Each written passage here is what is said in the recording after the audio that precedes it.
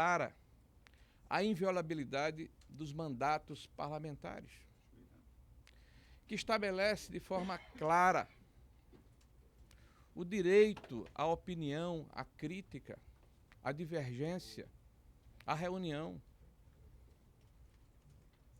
São valores que pertencem a todos nós, que não pertencem a um segmento, que não pertencem a um grupo político, a uma facção. Pertencem à sociedade brasileira. E valores que foram construídos e solidificados com muito sacrifício dos nossos antepassados e que não podem ser jogados por terra de uma forma assodada. Nós sabemos da nossa responsabilidade. Nós agradecemos muito aqui o apoio que estamos recebendo hoje. Do deputado Marcos Pereira, que preside os republicanos, não apenas pela importância do partido que ele representa, que por si só já seria extraordinário, mas pela sua consistência como professor de direito, como alguém que defende as leis, porque ninguém pode estar acima da lei. A lei é o consentimento comum. E o consentimento comum é convalidado na discussão do parlamento brasileiro, que representa o povo brasileiro, que representa a sociedade civil. É lá, no parlamento, onde os consentimentos comuns podem e devem ser alterados, e não em outro lugar qualquer. A defesa desses conceitos e preceitos, desses valores, nos norteiam, nos guiam. Eu quero agradecer muito aqui ao presidente Ciro, que do alto da sua experiência, da sua proficiência como um político eficaz, que conseguiu realizar e entregar ao longo da sua vida pública, que preside um dos partidos mais importantes do nosso país e que se ombreia nessa causa de resgate da normalidade democrática, do restabelecimento das garantias individuais da sociedade brasileira. E o Senado não pode nem deve se omitir. Aliás, esse é o maior pecado, a omissão. Nós não podemos aceitar a censura prévia. Por se tratar de um valor que foi conquistado duramente na redemocratização do nosso país e que é expressamente vedado pela Constituição brasileira. Com isso, nós não estamos propondo um enfrentamento contra quem quer que seja, nós estamos propondo um diálogo institucional. Nós estamos propondo que a Constituição seja restabelecida em toda a sua plenitude e que o Estado de Direito não seja retórica, mas seja uma ação efetiva que proteja todos em qualquer espectro ideológico. Quero agradecer ao presidente Valdemar,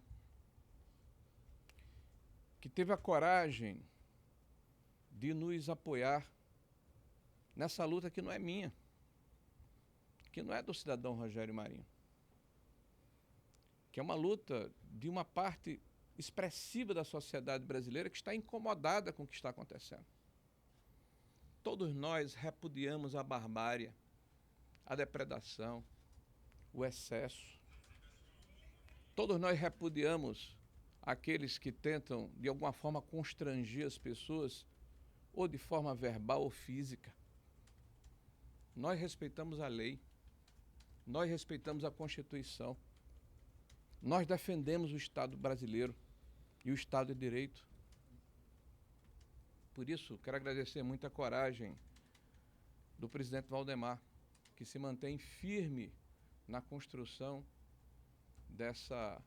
desse grupo de apoiadores que hoje se materializa nesse momento e que mostra o embasamento, a força, a envergadura dessa candidatura.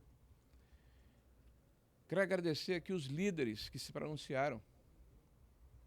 A minha amiga Tereza, eu digo a ela que sempre fico confortável quando ela está do meu lado, porque eu também sou baixinho, né, Tereza? Mas ela tem uma estatura moral extraordinária. Uma pessoa que tem, ao mesmo tempo, a doçura, né, a paciência, a acolhida da sua condição de mulher, mas a firmeza e o conhecimento necessário para fazer valer, de uma forma concreta, ações que nos orgulham muito, Tereza. Muito obrigado pela sua força e pela sua presença. Agradecer aqui ao deputado Altineu, que tem uma responsabilidade de liderar praticamente 20% do Congresso Nacional. Vejam o tamanho, a envergadura dessa bancada, de quase 100 deputados. E vejam a sua responsabilidade, Altineu. E eu não tenho dúvida de que a voz de cada deputado, não só do PL, mas também dos republicanos, do Partido Progressista, vai ser ecoada e vai fazer com que os senadores de diferentes estados da federação possam escutar o clamor que vem da sociedade brasileira, com educação, com argumentos, mas, sobretudo, com resolutividade, pensando no país, sem nenhum projeto pessoal. Quero agradecer aqui ao senador Portinho, que tem sido um baluarte desde o primeiro momento e que liderou com muita galhardia o governo que se encerrou no dia 31 de dezembro. E foi e está sendo, sem dúvida nenhuma, um dos esteios e uma das referências mais importantes da nossa caminhada. Obrigado, Portinho, pela sua lealdade. Quero agradecer aqui ao Flávio Bolsonaro, que também falou. Imagino, Flávio, que não tem sido fácil, mas tempos difíceis fazem homens fortes, né? E tempos fáceis fazem homens fracos. E nós temos aqui a necessidade de sermos fortes nos tempos difíceis que estão pela frente. Nunca fez como até para que nós possamos ser referência, esperança de que dias melhores virão. E que nós estaremos nas ruas, no plenário, na tribuna, nos locais de reunião, para defendermos um legado que não pertence a este governo que se encerrou no dia 31 de dezembro. Pertence ao povo brasileiro. Um legado de transformações virtuosas na economia, que permitiram que o nosso país terminasse o ano passado numa situação invejável em relação a outros países com a mesma condição econômica que o nosso. E que se inicia em 2016, quando o presidente Temer começa a reerguer este país, que havia sido colocado no fundo do poço, que havia perdido a confiança daqueles que investem no país, que estava ladeira abaixo, imerso numa catástrofe, numa hecatombe econômica, num processo de aparelhamento da máquina pública, num processo de desagregação social e econômica que estava levando o nosso povo para uma situação de desespero. Esses 6 anos, muitas coisas aconteceram, muitas transformações, muitas modernizações, e uma boa parte desse legado está em risco. Nós precisamos fazer o contraponto.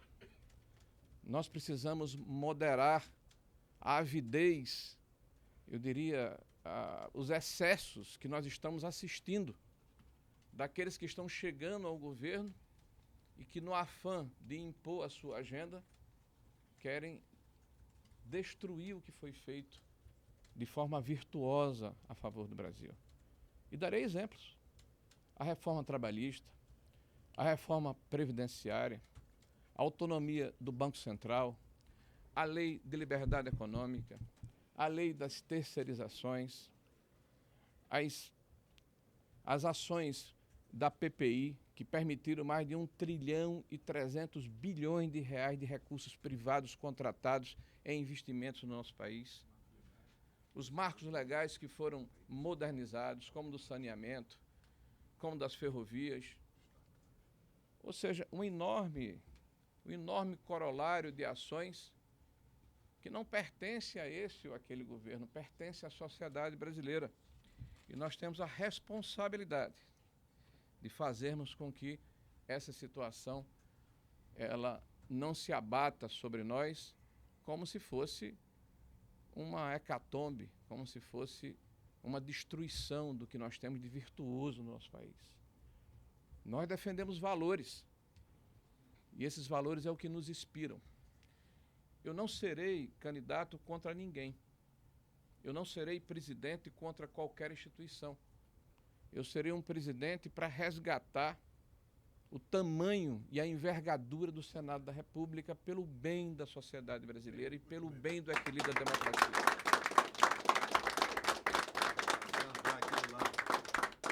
Foi dito aqui pelo presidente Marcos Pereira, pelo presidente Ciro, pelo presidente Valdemar, por aqueles que me antecederam. Nós não faremos uma administração de vindita, olhando pelo retrovisor.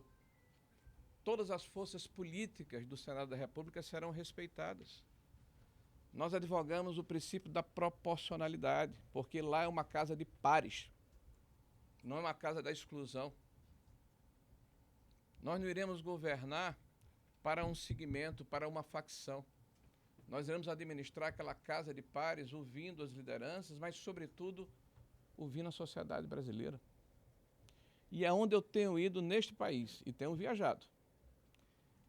Eu tenho sido abordado por cidadãos comuns, que fazem depoimentos que nos emocionam. E nos pedem e nos dão uma enorme responsabilidade de reequilibrarmos a democracia no nosso país. As pessoas querem ter de novo o direito de se expressar, de falar o que pensam. As pessoas estão sentindo medo nesse país. E nós somos uma democracia. E é para isso que vamos lutar. Sem ódio, sem medo, sem olhar para trás. Buscando cada companheiro no Senado da República para lhes dizer que junte-se a nós para reconstruirmos essa relação de confiança que está perdida entre o Senado da República e o povo brasileiro e os estados da federação que o Senado representa. Muito obrigado, gente.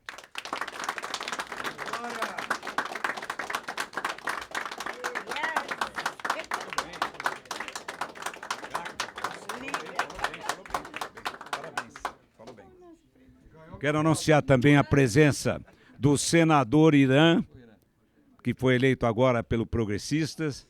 Seja bem-vindo. E anunciar também a presença da Júlia Zanata, nossa deputada de Santa Catarina. Eu acho que o Rogério agora está disposto a responder umas perguntas para vocês. Você não, você. Douglas, cadê o Douglas? Coordena aí. Coordena aí. O senador Rogério Marinho está à disposição para a entrevista, também as outras autoridades. Eu só pediria que cada um se identificasse e fizesse a pergunta direta ao senador Rogério. Tá bom? Pode começar a entrevista. Não, pode falar direto. Direto. Vocês mesmos se organizam, vai, gente.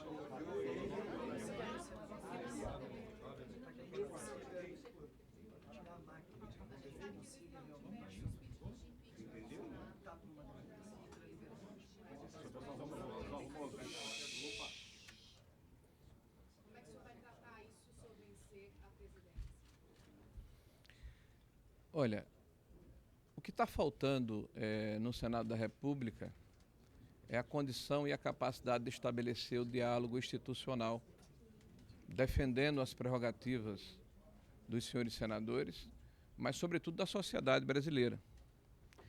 O primeiro passo é o diálogo institucional, que não pode nem deve ser fulanizado.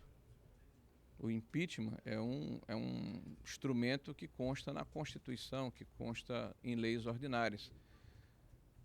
Nós não pretendemos sentarmos na cadeira e imediatamente estabelecermos esse processo de vindita.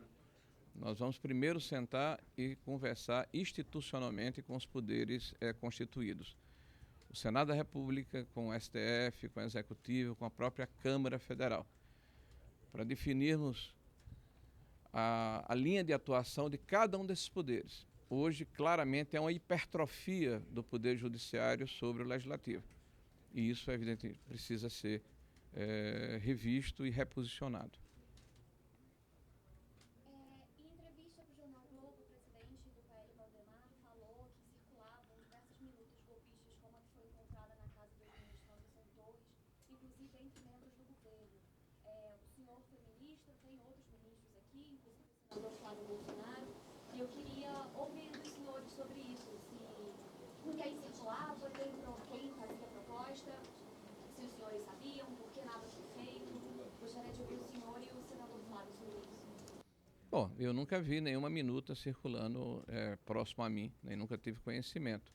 Mas o que eu posso lhe dizer é que o presidente, em 31 de dezembro, deixou o governo e no dia 1º de janeiro o atual presidente Lula assumiu o governo. Então há um fato concreto de que nada aconteceu, né? E quanto a circular ou não circular documentos, eu não posso falar a respeito do que eu não conheço. Algum arrependimento, alguma reavaliação da postura do ex-presidente Bolsonaro, das declarações que foram feitas a partir dos ataques golpistas de 8 de janeiro? Olha, não me cabe julgar o presidente Bolsonaro. Eu sou candidato a presidente do Senado da República. Como presidente do Senado da República, eu planejo primeiro estabelecer um diálogo entre as instituições para que haja de fato uma pacificação. Me causa estranheza, por exemplo, o discurso reiterado do presidente Lula, né, de dividir o país entre nós e eles, como se ele continuasse em campanha em cima de um palanque. Me causa estranheza o atual presidente Lula ir a um evento no Uruguai, por exemplo, e bater e chamar o seu aliado atual do PMDB, o Temer, de golpista, né? Me parece absolutamente gratuito e desnecessário. Me causa estranheza ministros do governo continuarem a afirmar, eu diria até de uma forma leviana, que ações importantes que hoje ajudam a economia do país têm que ser revistas ou revogadas. Eu acho que essa é a grande preocupação que deveria permear, né, a opinião pública, porque o que está em risco é o nosso futuro. Ninguém se engane que o fato de nós estarmos passando pano, literalmente, sobre o que está acontecendo, vai permitir que nós tenhamos um país onde a distribuição de renda aconteça, onde a economia esteja sólida. Então, essa é a nossa preocupação com o presidente do Senado, né, de defendermos esse legado, de restabelecermos a normalidade democrática, de permitirmos que nós tenhamos, de fato, um Senado independente e altivo que represente o sentimento da sociedade brasileira. Essa vai ser a nossa forma de agir. Pessoal, vamos esgotar o tema da eleição do Senado e aí no final vocês abordam os outros temas, tá? Porque o evento aqui é para isso. Por favor. E por gentileza, uma pergunta por órgão, para que todos possam ser prestigiados, por gentileza. Senador Guilherme Faltenberg, do Poder 360, o senhor citou diversas vezes o ex-presidente Temer de maneira elogiosa no seu discurso. Como é que está a negociação para atrair o MDB para a sua candidatura? Olha, nós estamos conversando com senadores de vários partidos que têm assento lá no Senado da República. Institucionalmente, inclusive, com outros partidos que não fazem parte do atual governo. O MDB aderiu formalmente, né, ao governo atual, então nós não temos uma conversação entre instituição partido PL e partido MDB. Mas nós estamos conversando com senadores de várias legendas, inclusive do MDB.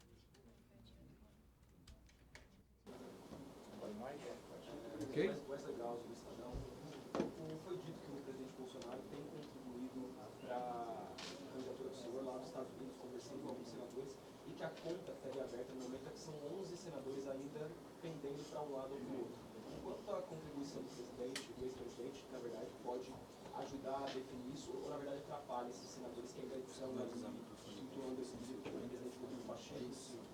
Bom, primeiro é importante colocar, como foi dito aqui, eu acho que pelo Marcos Pereira, que não se trata de um terceiro turno, e eu acho que a Tereza secundou, entre Lula e Bolsonaro. Nós estamos falando da instituição Senado e nós temos a responsabilidade de entender o momento que estamos passando. Agora, é evidente que a nossa candidatura tem um viés ideológico e programático, e a candidatura do Rodrigo também. O Rodrigo Pacheco, ele está fazendo parte da base do governo, indicou o senador, tem se reunido com o Lula, né, com o presidente Lula, e isso está muito claro. Então, claro que nós temos o apoio do ex-presidente Bolsonaro, das forças que estiveram participando do seu governo e também daqueles que, mesmo que não sejam favoráveis ou não votaram no presidente Bolsonaro, encaram, primeiro, a necessidade de nós resistirmos à destruição que está anunciada do Estado brasileiro, do ponto de vista da economia e de valores, e, segundo, que encaram a necessidade de termos de novo um Senado que funciona. Eu vou dar um exemplo dentro dessa minha pergunta, mesmo contextualizando. O ano passado, aí a imprensa noticiou, mas me parece que passou ao largo, porque foi muito grave o que aconteceu, o Senado da República só reuniu a sua Comissão de Constituição e Justiça 6 vezes. Então, se você tem uma Comissão de Constituição e Justiça no Senado da República, que é aquela que dá constitucionalidade para que haja prosseguimento dos projetos e das ações que ingressam lá para as demais comissões temáticas, o Senado não funcionou. E me parece que a imprensa observou isso e achou que era normal. Olha o que aconteceu.